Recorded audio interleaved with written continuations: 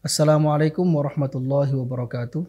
Alhamdulillahirabbil alamin wassalatu wassalamu ala asyrafil anbiya'i wal mursalin sayyidina Muhammadin wa ala alihi wa sahbihi ajma'in amma ba'd. Kitab Fathul Majid fi Bayanit Taqlid. Karya Syekh Ahmad Dahlan Ibnu Abdillah Al-Bacitani Al-Jawi. Diterbitkan oleh Maktabah At-Turmusi Lit-Turath. Sebuah kitab yang menarik, yang menerangkan tentang sistem bermazhab dan hukumnya. Karya ini ditulis oleh seorang muallif yang luar biasa, nanti kita akan jelaskan biografinya. Namun karya ini adalah karya yang eksklusif karena ini pertama kali dicetak. Bukan hanya pertama kali dicetak di Indonesia atau di Nusantara, tapi juga dicetak di seluruhnya. Di Arab juga belum pernah dicetak. Jadi ini ada terbitan yang sangat menarik. Sebuah karya yang menarik, yaitu Fathul Majid fi Bayanit Taqlid. Dicetak secara eksklusif oleh Maktabah At-Turmusi Lit-Turath. Sebuah kitab memiliki kelebihan jika disorot dari dua hal. Pertama dari pengarangnya, itu siapa. Kemudian dari isi kitabnya. Nanti isi kitabnya akan kita baca. Sebelum melangkah ke isi kitab, kita akan sedikit jelaskan siapa mu'alif atau penulis karya ini. Beliau adalah Syekh Al-Allamah Ahmad Dahlan Ibnu Abdillah Al-Bacitani At-Turmusi Al-Jawi. Seorang ulama Nusantara yang sangat terkenal sekali. Nama lengkap beliau adalah Ahmad Dahlan Ibnu Abdillah Ibnu Abdul Manan Diponegoro. Al-Bacitani tinggal di orang keturunan dari Pacitan, Jawa Timur. As-Samaroni, yaitu setelah dalam beberapa karir beliau pindah ke Semarang untuk mengajar di salah satu pesantren di sana. Asy-Syafi'i, bermadzhab Syafi'i. Beliau memiliki ibu yang bernama Siti Aminah. Syekh ini dilahirkan di daerah Termas di Pacitan tahun 1861 Masehi atau 1279 Hijriah.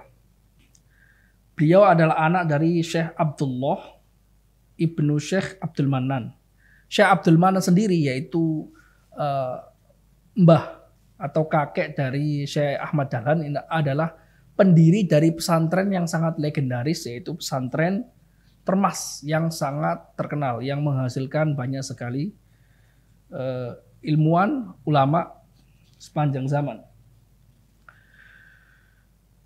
Kalau kita lihat bahwasanya Syekh Ahmad Dahlan ini memiliki beberapa saudara yang juga populer. Jadi satu keluarga ini adalah keluarga yang ilmu, mulai dari mbahnya, kakeknya, ayahnya, kemudian saudara-saudaranya juga berilmu.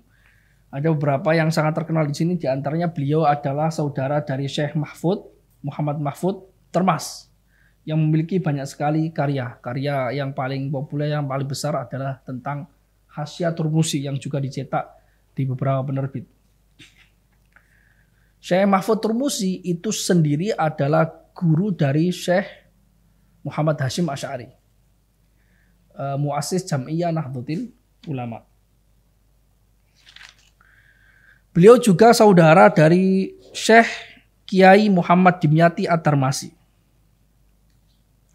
Kemudian saudara beliau yang lain adalah Muhammad Bakri Ibnu Abdillah At-Tarmasi. Kemudian ada lagi Syekh Abdul Razak Ibnu Abdillah At-Tarmasi yang terkenal sebagai seorang mursyid tarekat. Beliau mengawali karir intelektual beliau ketika di pesantren Termas. Jadi mendapatkan pendidikan sejak dari keluarga, karena keluarganya memang keluarga berilmu, sejak di pondok Termas. Kemudian beliau berpindah ke Semarang, belajar ke Syekh Soleh bin Umar As-Samaroni atau Syekh Soleh Darat yang terkenal. Syekh Soleh bin Umar As-Semarani atau Syekh Soleh Darat adalah guru dari Syekh Hasyim Asy'ari, juga guru dari Syekh Ahmad Dahlan. Syekh Ahmad Dahlan ada dua, ada Syekh Ahmad Dahlan yang kita bicarakan ini, ada juga Syekh Ahmad Dahlan pendiri Muhammadiyah. Tapi nanti Syekh Ahmad Dahlan yang Muhammadiyah itu juga berguru ke Syekh Ahmad Dahlan ini. Jadi sama-sama memiliki guru tapi juga menjadi murid sekaligus memiliki murid yang sama. Kemudian setelah dari Semarang beliau berhijrah ke Mekah dan Madinah. Beliau di sana belajar kepada para ulama besar di daerah Hijaz. Hijaz adalah daerah Mekah dan Madinah. Demikian juga beliau juga berguru kepada saudara kandungnya yaitu Syekh Mahfud Termas, Muhammad Mahfud Turmusi, karena Syekh Muhammad Mahfud Turmusi ketika itu menjadi tenaga pengajar di Masjidil Haram, Al-Mudarris bil Masjid Al-Haram.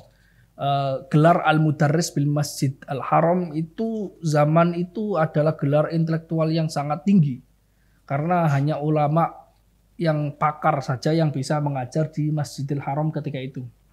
Kemudian tidak puas di Mekah, beliau melanjutkan karir intelektual beliau ke Kairo.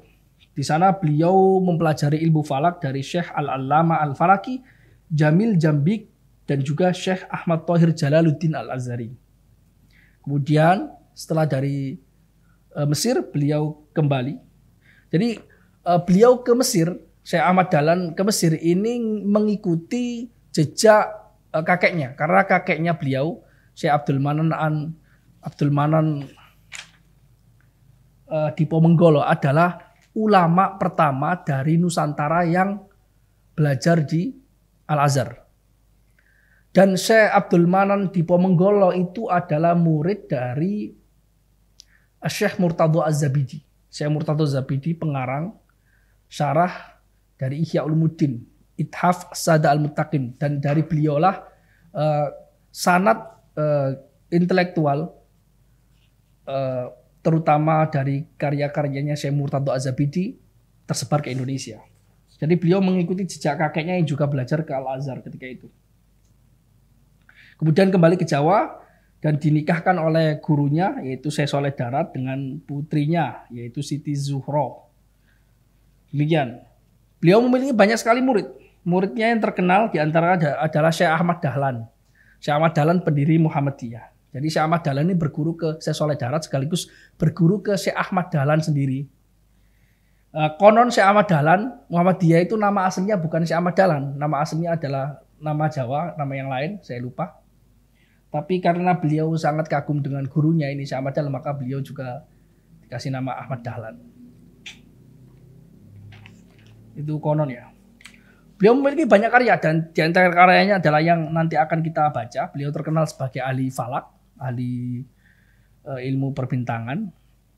Ada tentang Natijatul Miqat, itu tentang ilmu falak. Kemudian Tazkiratul Ikhwan, ini tentang ilmu hisab, ilmu falak yang sangat luar biasa. Ilmu bagaimana kita menentukan waktu sholat, waktu masuknya bulan-bulan Hijriyah. Dan ini menjadi rujukan dari banyak sekali kitab falak. Mungkin ini adalah kitab falak pertama yang ditulis oleh ulama Nusantara yang menjadi rujukan inti, yaitu Tazkiratul Ikhwan. Kemudian ada lagi Bulughul Wathor. Kemudian ada Fathul Majid fi Bayanit Taqlid. Beliau menjelaskan dalam kitab ini tentang sistem bermazhab. Ada juga yang Nuzhatul Afham fi ma ya'tariddukhon minal ahkam. Menjelaskan tentang hukum dari merokok itu sendiri. Itu sekilas karena penting kita mengenal mu'alif karena siapa tak kenal maka tak sayang. Karena itu kita penting mengenal dari mu'alif dari karya ini yaitu Syekh Abdul Manan Ibnu Abdillah Ibnu Abdul Manan, Syekh Ahmad Dahlan Ibnu Abdillah Ibnu Abdul Manan Diponegoro. Demikian. Secara umum karya ini yaitu Fathul Majid fi Bayanit Taqlid adalah tentang dua hal yang paling penting, tentang hukum dari taklid atau kalau kita kenal sekarang bermadzhab. Bagaimana sih hukumnya? Kita misalnya tidak tahu hukumnya sesuatu. Ini hukumnya apa? Kredit hukumnya apa? Kalau misalnya mancing, kita masuk ke kolam, mancing ikan di sana tanpa bayar di awal, tapi berapapun yang kita dapat, itu hukumnya bagaimana? Nah, hukumnya bagaimana? Kan nggak semua orang bisa memahami Al-Quran dan hadis. Nah, beliau menerangkan hukum tentang taklid. Taklid atau mengambil pendapat ulama sebelumnya. Hukumnya bagaimana? Kemudian poin yang lain adalah beliau membicarakan tentang bagaimana sistem dalam taklid atau sistem bermazhab itu. Karena taklid itu juga ada mekanismenya yang sebagaimana dijelaskan oleh para ulama, mekanismenya dituliskan nanti akan dijelaskan panjang lebar oleh beliau di sini. Pada intinya kitab ini sangatlah menarik. Pada zaman itu di mana beliau sudah mulai mencium ada semacam kecenderungan orang yang mulai sombong. Orang beragama tapi sombong, tidak mengenal dirinya sendiri. Padahal ada hadis rahimallahu mra'an arafa qadra nafsih. Semoga Allah merahmati seseorang yang mengetahui kadar dirinya. Tapi sebagian orang tidak mengetahui kadar dirinya sehingga merasa menjadi mujtahid. Berhak untuk menafsirkan Al-Quran, menafsirkan hadis, dan mengambil kesimpulan hukum lewat hawa nafsunya sendiri. Tidak melalui pemahaman para ulama. Karena itu buku ini penting untuk mengetengahkan bagaimana hukum dari taklid itu sendiri. Karena tidak semua orang bisa beristihad.